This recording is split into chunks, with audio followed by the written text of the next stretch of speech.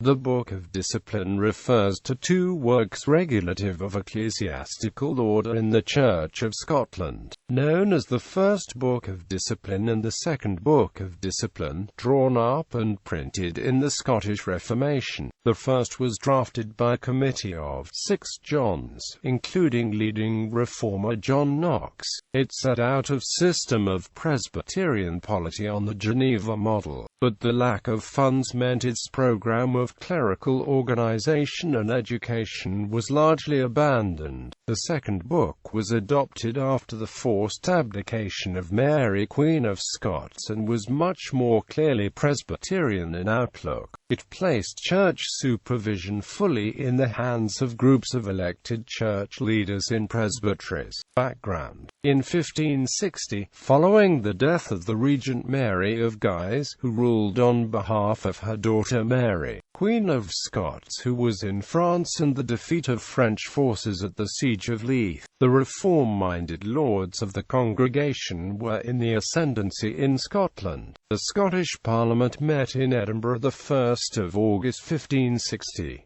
Ignoring the provisions of the Treaty of Edinburgh, on the 17th of August, Parliament approved a reformed Confession of Faith, and on the 24th of August it passed 3 acts that abolished the old faith in Scotland. Under these, all previous acts not in conformity with the Reformed Confession were annulled. The sacraments were reduced to 2 to be performed by Reformed preachers alone. The celebration of the Mass was made punishable by a series of penalties, and papal jurisdiction in Scotland was repudiated. The Queen declined to endorse the acts that Parliament had passed, and the new Kirk existed in a state of legal uncertainty. First Book of Discipline. The Lords had intended for the Parliament to consider a book of reformation that they had commissioned, and which was largely the work of John Knox. However, they were unhappy with the document and established a committee of 6 Johns, including Knox,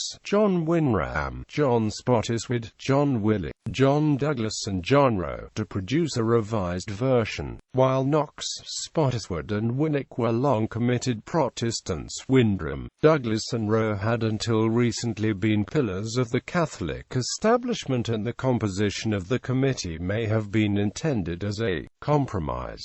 However, the members worked well together and produced a radical plan for church reform. The result of the delay was that the document, known as the First Book of Discipline, was not considered by the full Parliament, but a thinly attended convention of nobles and about 30 lairds, in January 1561, and then only approved individually and not collectively. The book set out a system of church order that included superintendents, ministers, doctors, elders and deacons. It also contained a program of parish-based reformation that would use the resources of the old church to pay a network of ministers, a parish-based school system, university education and arrangements for poor relief. However, the proposal for the use of church wealth were rejected, and under an Act of Council, which kept 2/3 in the hands of its existing owners, and even the remaining third had to be shared with the Crown. The result was an abandonment of the educational program. Ministers remained poorly paid and the church was underfunded. Second Book of Discipline.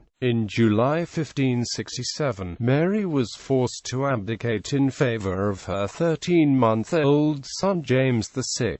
James was to be brought up a Protestant, and the government was to be run by a series of regents, beginning with James Stuart, 1st Earl of Moray, until James began to assert his independence in 1581. Mary eventually escaped and attempted to regain the throne by force. After her defeat at the Battle of Langside in May 1568, by forces loyal to the King's party, led by Moray, she took refuge in England, leaving her son in the hands. In Scotland, the King's party fought a civil war on behalf of the King against his mother's supporters, which ended, after English intervention, with the surrender of Edinburgh Castle in May 1573.